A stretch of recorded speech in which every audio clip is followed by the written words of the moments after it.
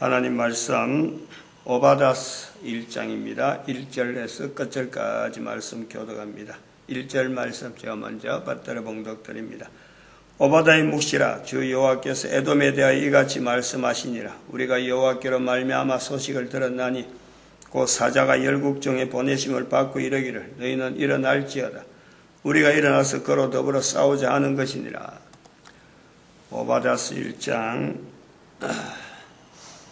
어저께 제가 이야기한 내용의 요지 오늘로 연결할 텐데, 사람이 쓰는 언어, 이 언어가 문자가 되어지고 문자를 통해서 사람과 사이에 소통되어지는데 시간과 공간이 초월되어지는, 문자로 쓸 때는 시간과 공간이 초월되어진다. 그러니까 이것이 전수가 된다는 거고 교육이 된다는 거고, 그래서 말을 하는 사람이 자기 말을 하는 것이 문자가 되어져서 읽을 수 있다. 그걸 읽을 수 있는 사람보다 더 쓰는 사람은 더 앞선 힘이고 능력이라. 그래서 그런 힘을 교육을 통해서 배양이 되어지고 전수가 되어지는, 그래서 교육되어지는 내용 속에 이제는 전쟁이라는 문화가 발생되는 거예요. 전쟁. 그 전쟁 속에 전쟁을 수행하는 과정에서 또 문자가 도형이라든지 도형, 그림을 그린다는 거예요. 그 문자하고 조금 다른 또 어떤 그 문자고, 그래서 도형에서 발전되어져서 나오는 것이 숫자다.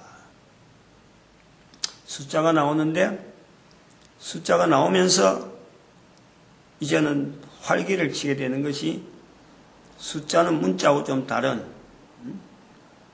문자하고 좀 다른 내용이지만은 숫자가 문자를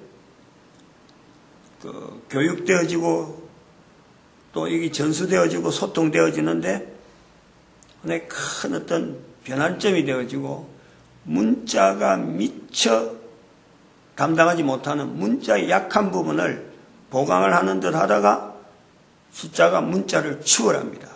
숫자가 문자를 지배하는 거예요. 숫자가 문자를 심판하는 거예요. 잘못됐다. 즉 숫자는 답이 나오는 거예요. 답. 1 더하기 1은 2다. 이것이 공통으로 수용하는 관계가 교육을 통해서 이런 환경이 많아지다 보면 글로 써가지고 하나 더하기 하나는 2다 라고 말하는 것보다 간편하면서 1 더하기 1, 산술로 표현하는 것은 간단하면서 이것이 빨리 확산이 되어지고 응용이 말이죠. 굉장히 빠른 거예요. 그래서 아라비아 숫자 1에서 0, 0에서 9까지의 그 간단한 숫자의 발견이 결국에는 문자 체계로 넘어오던 기록이라든지, 그 다음에 여러 가지 그 어떤 법률 문제라든지 안정적으로 잡혀있던 수많은 어떤 제도 자체를 바꾸는 거예요. 문자가 잘못됐다 라고 하는 거예요. 그건 이제 어제까지 이야기해놨잖아. 여기까지는 앞에까지 했고 아직 요런 바꾸는까지는 이야기 안 했는데 그러면 요 문자의 발견, 문자로 시작해서 사람들이 우월해지려고 하는 그런 자세가 지금 현재 구약 성경에 있는 내용의 분위기예요. 아직 숫자의 발전이 안 나오고 숫자는 나오지도 않았고,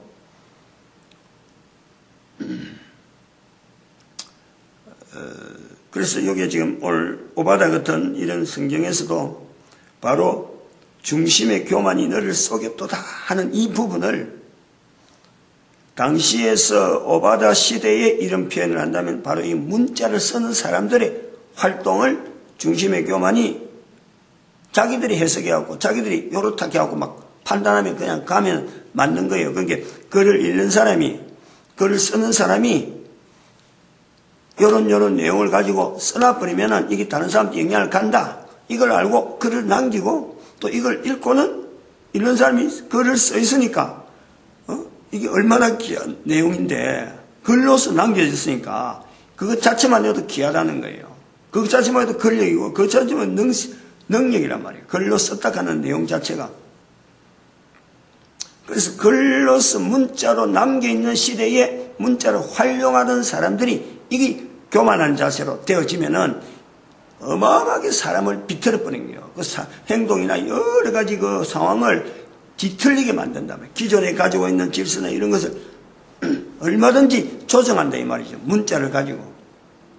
그래서 그렇게 활용하는 사람들의 자세가 중심의 교만이 너를 쏘겠다라고 표현한다고 본다는 거예요. 저는 이렇게 볼 수 있는 것도 현재 2000년이 요 기록이 2000년 3000년 가까이 지나고 난 지금의 숫자가 문자를 지배하는 구조를 통해서 그렇게 보는 거예요. 저는 문자가 오히려 더 숫자한테 막 완전히 점령당하고 있는 그 시대예요. 지금 현재 이런 거예요. 아직 그거는 또 구체적으로 넘어가지 않는데, 그리고 그 8절에 있는 대로 지혜 있는 자를 멸한다. 이렇게 문자가 되어지는, 문자로 형성되어지는 이런 사람들이 앞선 사람들, 지휘층에 있는 사람들, 글로서 남긴 사람들이 지혜 있는 자라 부른단 말이에요. 지혜 있는 자라. 다른 거는 갖다가 열 데가 없어요. 이 시대에 지혜 있는 자라 그러면은 잠언서에 지혜 있는 자하고 여기 지혜 있는 자하고는 다르단 말이에요. 물론 잠언서에도 그러한 개념이 없잖아요. 있었겠지만은 본문 해석하는 거는 묵시니까, 묵시. 잠언서에 있는 지혜는 지혜 있는 자를 멸한다 할 때 잠언서는 그게 아니라 지혜가 너를 하고 지혜가 너를 어떻게 하고 지혜를 인격적으로 이야기하는, 그거는 성령님을 표현하는 구약의 한 다른 방편이라. 잠언서에 나오는 지혜는 부분적으로 여기에 있는 지혜하고 같을 수가 있어요. 일부분이. 그러나 전체적으로 흐르는 그 지혜는 바로 그러한 능력 자체, 문자를 지배하는 능력 자체도 성령님을 통해서 바르게 지혜 써라. 그래서 나오는 게 지혜라는 거예요. 문자가 지배를 할 때, 문자가 영향을 어마어마하게 줄 때에 문자를 지득한 사람들을 하나의 구분해서 지혜 있는 자다라고 부르는 이 구조가 지금 오바다에서 있다. 그런데 이들이 멸해진다. 또 한편으로는 오늘 시대로 나가면은 문자를 지배하는, 문자 자체를 지배하는 숫자, 문자 자체를 심판하는 숫자, 그거를 활용하는 사람들이 지혜가 멸해진다 이 말이에요. 그들이 지금 중심에 교만이 있다 이 말이에요. 이런 구조를 이제 넘어갈 때 문자에서 숫자로 넘어가는 이런 구조, 또 언어에서 문자로 가는 이런 형태, 이 하나의 큰 텀이 지금 생기는 거 아니에요. 뭐 1, 2년 뒤에서 이런 말 나오는 게 아니고 1, 200년도 아니라니까. 적어도 1000년 이상의 단위가 넘어가야 이런 흐름에 대해서 그렇구나 하고 우리가 이 어떤 인류사 전체를 가지고 평가를 할 수 있는 거예요. 그래서 이런 걸 볼 때 부활통일시대라고 선포되어진 2012년에 AD 1년 예수님 오실 때부터 성경이, 신약 성경이 끝나고부터 2012년까지를 부활통일시대라고 은사언약회라고 우리 2000년 두고 2012년부터 오는 이제는 1000년을 부활통일시대라고 선포를 했단 말이에요.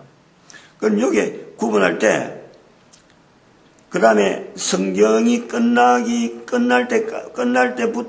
것까지 다윗 시대부터 성경이 끝나는 시대까지를 언국 언약교 시대라고 1000년을 준 거예요. 다윗 시대 이전에 아브라함부터 시작해서 1000년을 또 그거를 언땅 언약자라 시대라 뒀단 말이에요. 그러면 이런 시대 구분, 이미 이거는 작년에 2013년, 2012년부터 주일 설교하던 내용이니까 어마어마한 분량이라 이런 구분을 두고 1000년 단위로 두고 보면은 문자로 쓰던 문자 이전 시대, 문자를 활용하지 못하던 그런 시대는 언땅언약자 이전 시대라 할 수 있겠지. 그걸 예를 들어서 뭐 그런 걸 우리가 그 선사 시대, 역사 이전 시대라고 볼 수 있겠지. 역사 이전. 그래서 언땅언약자 되어지면 그때부터 문자를 쓰는 거예요. 문자를 활용. 문자에 대해서 여러 사람들이 쓰는 거예요. 그 다음에 언국 언약교로 들어오면은 이 문자를 가지고 하나의 형태를, 건축을 한다든지 하는 이런 발전되어지는 어떤 문화, 그걸 언국 언약교라고 두고 있는 거예요. 둘 수 있는 거예요. 그 다음에는 언사 언약교로 넘어오면은 문자와 숫자, 요 어떤 그 힘의 어떤 변천, 2000년 동안에 그런 것도 우리가 둘 수가 있다니까. 이런 거를 두면서 이제는 부활 통일돼서 그냥 모든 숫자를 쓰고 있는 이 모든 내용이 돼서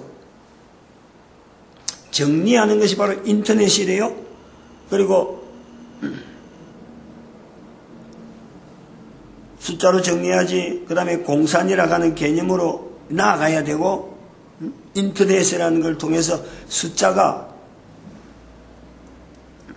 0, 1로 가장 간단한 숫자로 해가지고 숫자 자체가 이제는 제한을 받는다 말이에요. 숫자 자체가 지금까지 숫자를 가지고 무슨 학문이고 뭐고 막 잔뜩 이렇게 무슨 이론, 무슨 법칙 이래갖고 잔뜩 만들어낸 이 모든 것이 컴퓨터 시대, 인터넷 시대가 되면서 이것이 통일이 되는 거예요.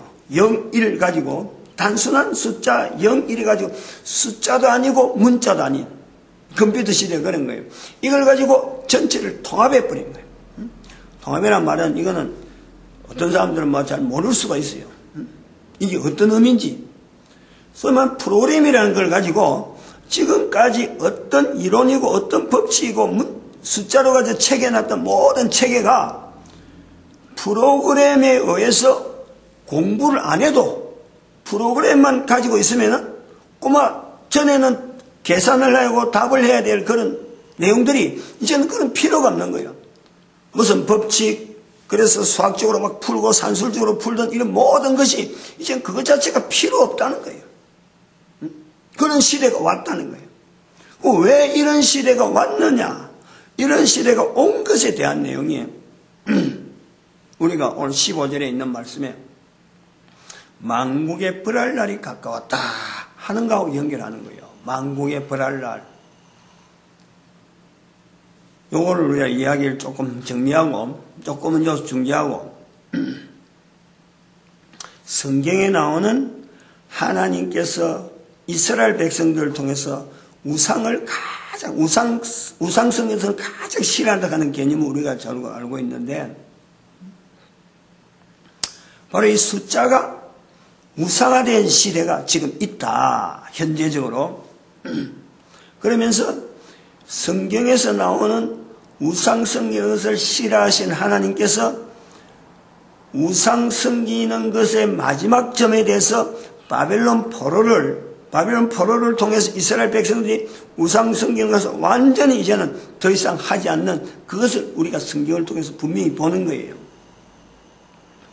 이 바벨론이라고 하는 이 내용이 문자에서 숫자로 발전되고 숫자에서 또한 문자를 지배하는 이런 시대로 발전되어지는 이런 구조에 가는 그 과정에서 우리가 보면은 바벨론 그보다 저 수천 년 전에 바벨론에서 포로되기 전에 수천 년 전에 애굽에서 포로되기 전부터 이스라엘 백성들과 애굽의 이 모든 사람이 형성되기 전에 바벨탑 사건이 있는 거예요. 바벨탑. 성경의 창세기 11장에 있는 바벨탑 사건. 바벨탑 사건의 의미가 문자가 되어지면서 가는 과정에 이 전쟁이라는 이 구조가 바로 바벨탑에서부터 나오는 거예요. 인간사의 인류사에서 전쟁이라고 하는 이 개념 자체가 확산되어지는 것은 바벨탑에서부터 나오는 거예요. 그게 벨렉과 욕단 내 책에 설명했듯이 바벨탑 자체가 하나의 감옥이에요. 감옥 그 말은 같이 헤어지지 말자 하고 있는 말로서 성경이 표현되어 있지만은 그 자체는 감옥과 같은 생활이 되어질 수 있는 것이 그게 바벨탑이라. 거기서 지배자가 있고 따르는 사람들이 있고 또 착취당하는 사람들이 있는 거예요.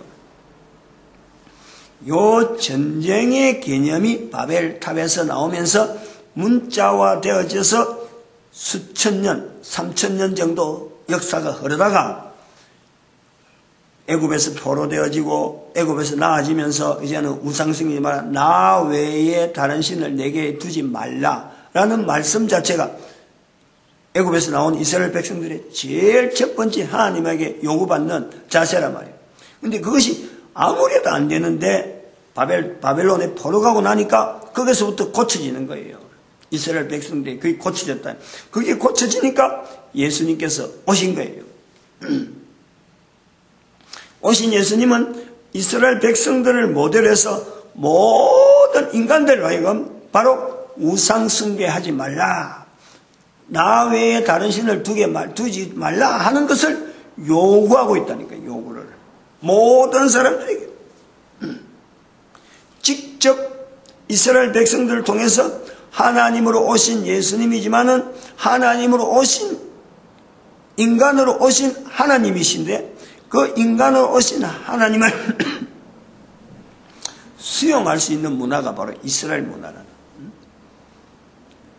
예수님이 오신 것을 통해서 모든 인간들이 예수님을 통해서 모든 인간들이 하나님 앞에 무릎 꿇어야 될 그 인간의 자세를 하나님께서 요구하고 계시는 거예요. 그게 성경에 있어가지고 늘 하는 거지만은 이게 어떤 교회 다니는 사람이나 말하는 거고 어떤 유대교 이런 어떤 종교적인 구분을 갖고 이거 이야기하는 게 절대 아닌 거예요. 이거는 이걸 우리가 명심을 해야 돼요. 아주 분명하게 해야 돼요. 부활통일 시대가 됐다 지금. 부활통일 시대 이런 것이 전체가 다 밝혀진다고.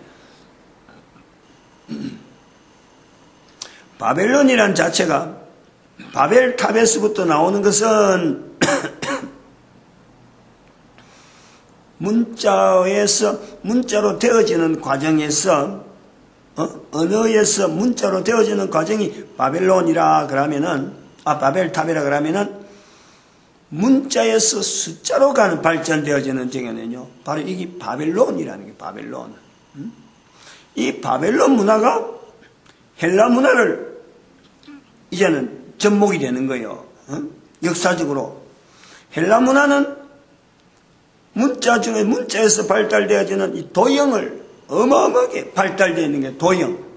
그림 그려가지고 어떻게 한다 하는 이거는요 헬라 문화가 가지고 있는 거예요. 이걸 가지고 전쟁을 했던 거지. 전쟁하기 위해서 도형을 발전시키는 거예요. 중국은 중국대로 발전되어 있고 그거는 서로 교통이 안 되니까 중국은 중국대로 발전되어 오던 문화가 있는데 중국 이쪽에서 서양에서 발달되었던 그 전쟁 문화라는 게 그런 거예요. 헬라에 들어와서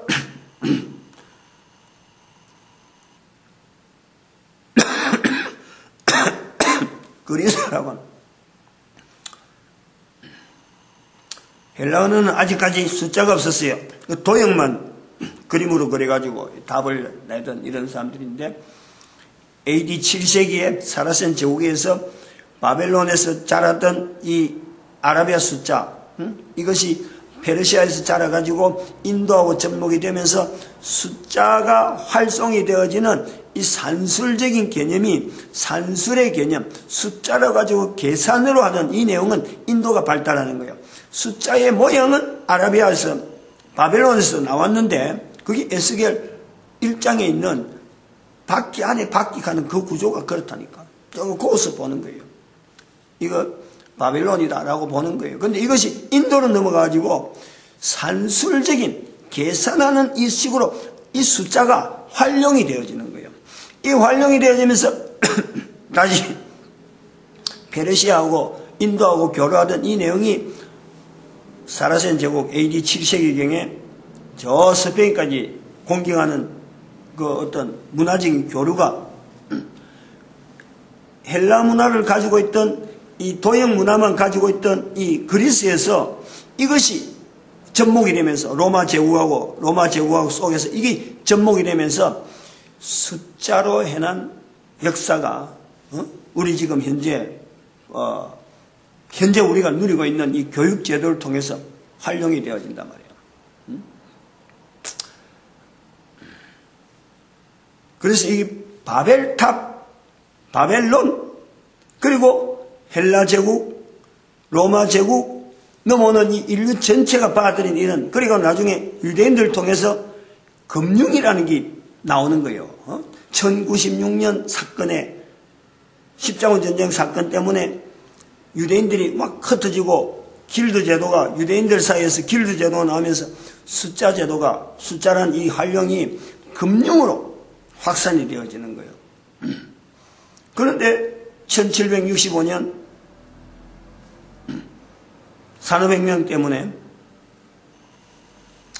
이제 뭐 이 숫자가 문자를 압도적으로 리드하고, 숫자가 문자를 통해서 문자가 잘못된 부분에서 숫자가 이 정의를 내리는, 숫자의 정의라고 하는 이 부분을, 이 언어를 통해서 문자를 지배하는, 문자를 심판하는, 그래서 교회가 문자를 통해서 형성되었던 이 교회가 숫자에 의해서 이제는 좌우되는 그런 시대가 왔던 거예요. 오늘 여기까지 합니다.